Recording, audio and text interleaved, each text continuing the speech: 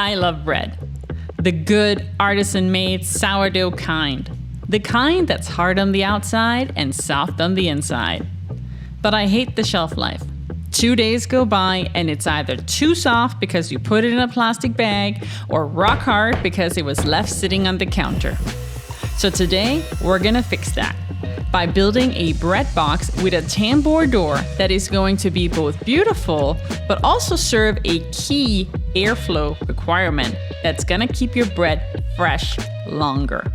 So if you love bread and woodworking, then go grab your tools and let's start this wood story. When I grew up, we had a bread box, and it was actually the inspiration for this one. But I think the concept of how it was to be used was somehow missed in my household. You see, yes, we had a bread box, and yes, it stored bread, but bread that had a plastic bag around it. Now, this was back in the 80s, and pretty much everything came in plastic back then.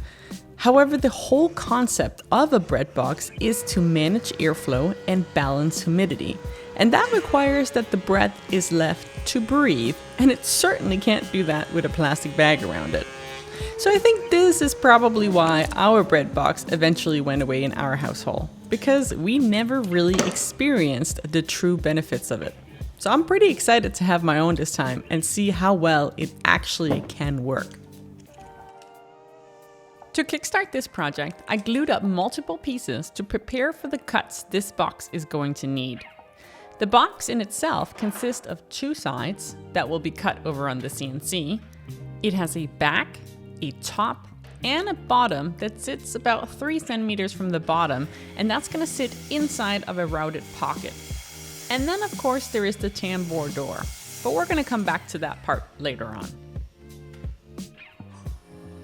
As I work through my cut list, you're going to see me processing a variety of sizes and thicknesses of boards, where the thickest one is about 2 centimeters, and that one I'm going to be using for the end pieces because these thicker pieces also need to house the routed track for the door.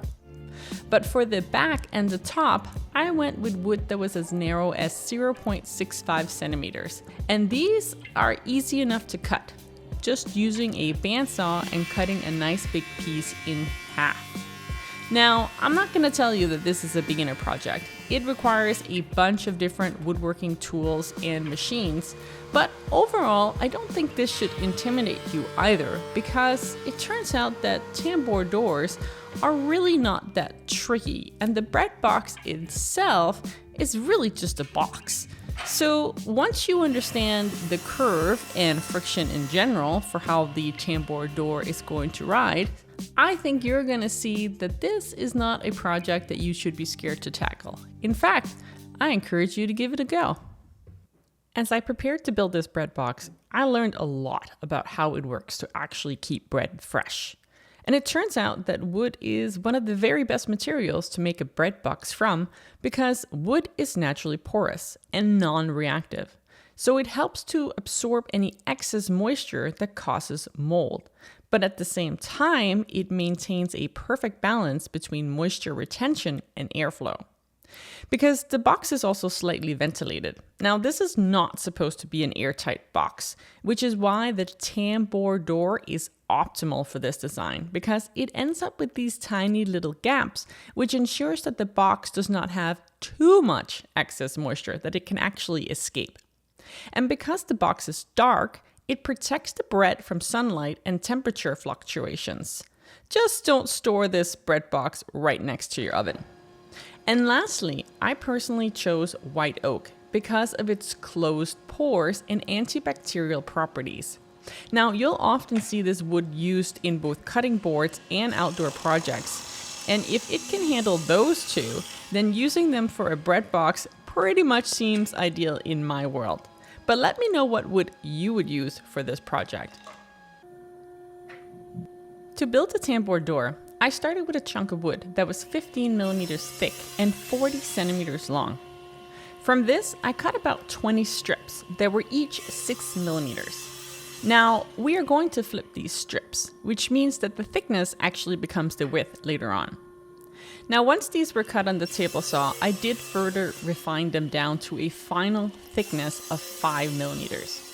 They need to ride in a groove that measures 6.5 millimeters, so you do need this 1.5 millimeter difference to ensure that A, there is enough space for them to ride without getting stuck, but you also, B, need to make sure that you don't make them too thin either, because that's a common misconception, thinking, oh, I'll just make them thinner, that's gonna make them ride really easily. But no, that's not how it works. If you make them too thin, then you actually run the risk of them getting jammed because they kind of go into the slat and get all messed up. So it's a very fine balance between the door slats being too thick or too thin. But this math works. So try it out for yourself. The trickiest part of this project was to get the math just right. And that's the math between the thickness of each slat and the curve that the door actually needs to ride in. Now, I did do a test using MDF over on my CNC, and I'm really glad that I did, because I realized that my initial design was going to leave me with a pretty darn small bread box. Luckily, I had cut all my pieces oversized, so I still had some wiggle room to adjust the design without it meaning starting over. So I went back to the drawing board and made some key changes. Now, for my second test, I just went for it, which was probably more stupid than brave, seeing as I really didn't have any spare white oak lying around, but I'm happy to report that it worked out.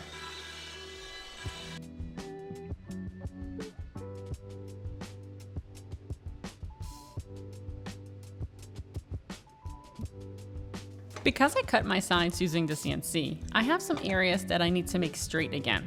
And using a chisel is obviously the optimal thing for this, and that's what I attempted to do. But looking at the footage now, this is about as straight as a 2x4 from Home Depot. Whoops-a-daisy. I believe I caught this mistake and fixed it later on, or at least let's hope I did. Going back to the tambour door, I routed a curved edge on each side of each piece, only on the top side. Now this is going to help the door bend nicely once it's attached to the canvas, so it is an essential step, but you just need to remove a tiny amount. I am at the most tedious and scary part of this project, and that is I need to glue the backing onto these tambour slats. And I've done a test just with some painter's tape below here, and that worked pretty well. It's obviously not enough. We need to attach this fully. So my plan is that I am going to attach this to the backside, and I am going to leave the wood free. They're not gonna have canvas on the very edges, and that is the edge that is going to be going inside of the groove. So that is just going to be wood. But obviously the fabric should be fairly close to it because that is the stabilizing material. I'm gonna go ahead and make a bit of a frame because once I get this all sorted and get it ready to glue, I can't risk them shifting at all. So what I've done is I've just grabbed some MDF I had lying around and some straight pieces, and I'm going to just nail these down. And then I'm going to take some scrap wood again that's nice and straight, and I'm going to essentially make a frame like this. And then once I am ready, I will also use a last piece just to put in like that so that there's essentially pressure from everywhere. This is again, assuming they're flipped the other way. And then I'll be able to take my canvas and add glue and really squish it down. I'll probably need something heavy on top too, just to squish it down while it's all drying. I do have lots of scrap wood, so that's not a problem. But I'm gonna start by assembling this frame here. I still need to sand each one of these little slat pieces before I'm actually ready to glue them up. That is very important to do at this point because once it's been attached, it's gonna be a lot harder. So that is next, but let's build this frame real quick.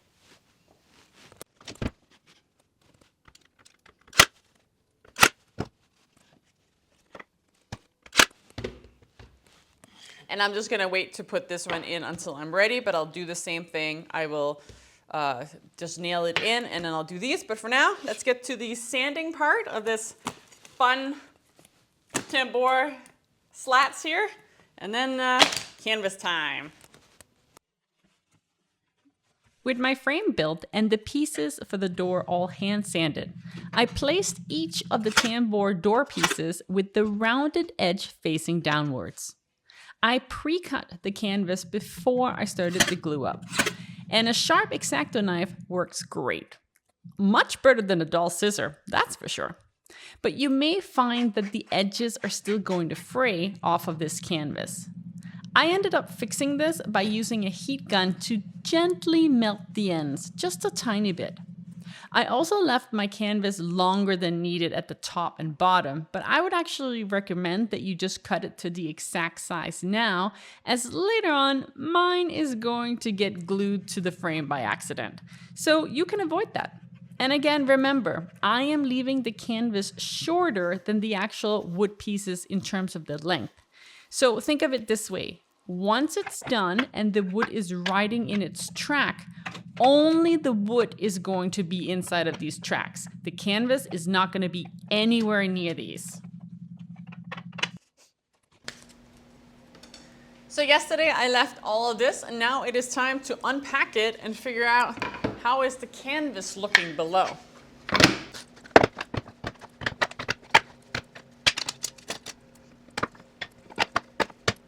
See if we can get it out. I might have to remove the boards first here. It looks like it's a little bit glued on. Okay, so I'm gonna have to get these pieces out first.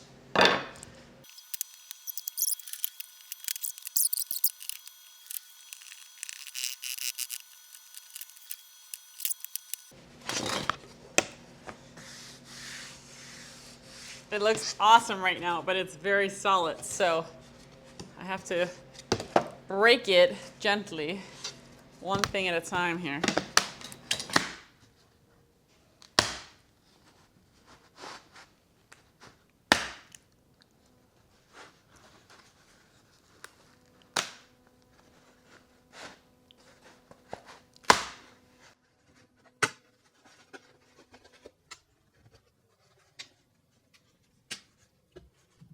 Gently breaking the glue lines after it's all dry is a very satisfying step. And after that, I ran some tests to see how it would all fit together. Now, it is a little tricky when you clamp it in place because you may be tempted to think that this door is not going to work. But that's because the clamp is clamping the wood fully in, the door that is. And really, that's not the case once we actually assemble it, because the top lid and the back is going to ensure that the door isn't actually touching the edges inside of the grooves. So don't despair when you get to this step and if it feels stuck. Just keep following the program.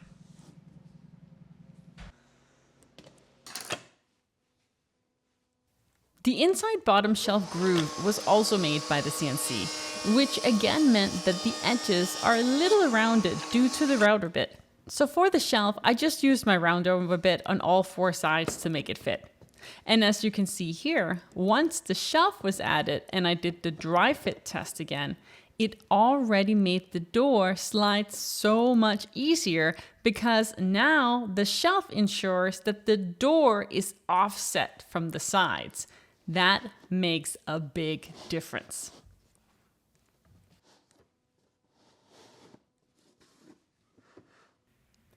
Before actually assembling all the pieces, I made the decision to coat the whole box inside and out in Rubio Monocoat. Now, I realize that this is a box for food, but according to Rubio Monocoat, as long as the oil is fully dry, which can take several days, it is actually 100% food safe.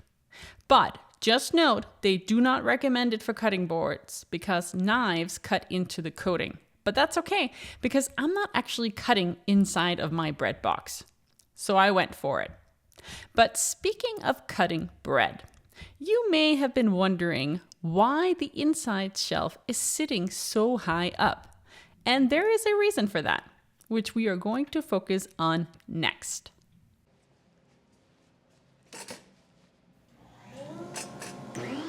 I love bread, but I have a pet peeve. I hate crumbs. We have one cutting board that sits on my kitchen counter all the time. And my kids believe that if you use it, it will magically clean itself afterwards. And sadly, they are right. Except the magic is me. I clean it up. And no, I am not proud of doing this for them, but we all pick our battles, right? But anyways, it gave me an idea for minimizing the crumbs by incorporating a crumb cutting board just below the box. So that's what we're gonna build next while all this other stuff is drying.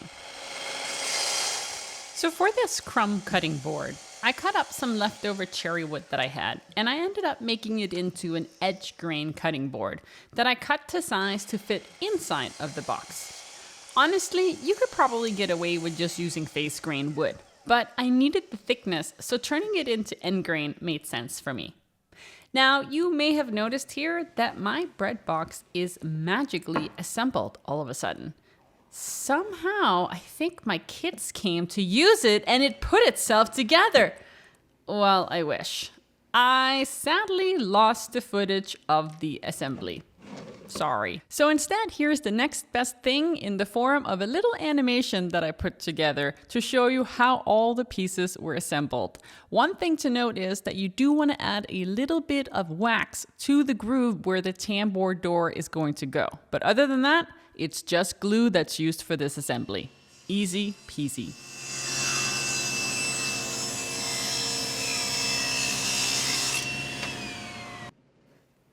Once I had made the edge grain cutting board, I brought it back to my CNC and I cut out some 15mm deep pockets into it at about a 15mm spacing as well. And once that was cut, I gave it a good old sanding and then I finished it using my favorite oil, walrus oil. Don't worry, no walruses were harmed in the process of making this product. It's 100% food safe and it's made from beeswax, mineral oil, and coconut. Yum. I'm not sponsored or endorsed to recommend this product. I just really love it. And it's great for cutting.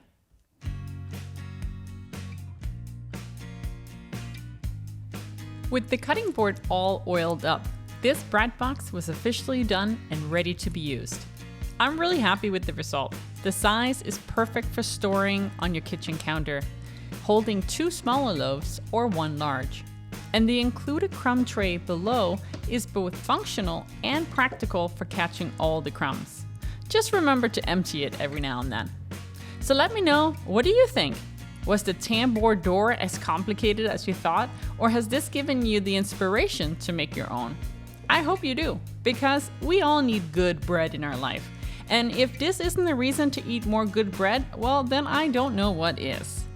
Thank you so much for watching, and a special thank you to all of my VIP patrons who continue to support me every single month. You are truly the best. If you would like to try out this project for yourself, then go ahead and go over to my website via the QR code listed right here, and you will find the CNC SVG file as well as all the dimensions you need to assemble the pieces. Thank you so much for watching. Don't forget to like, comment, and subscribe for more great videos, and I'll see you soon in the next Wood Story.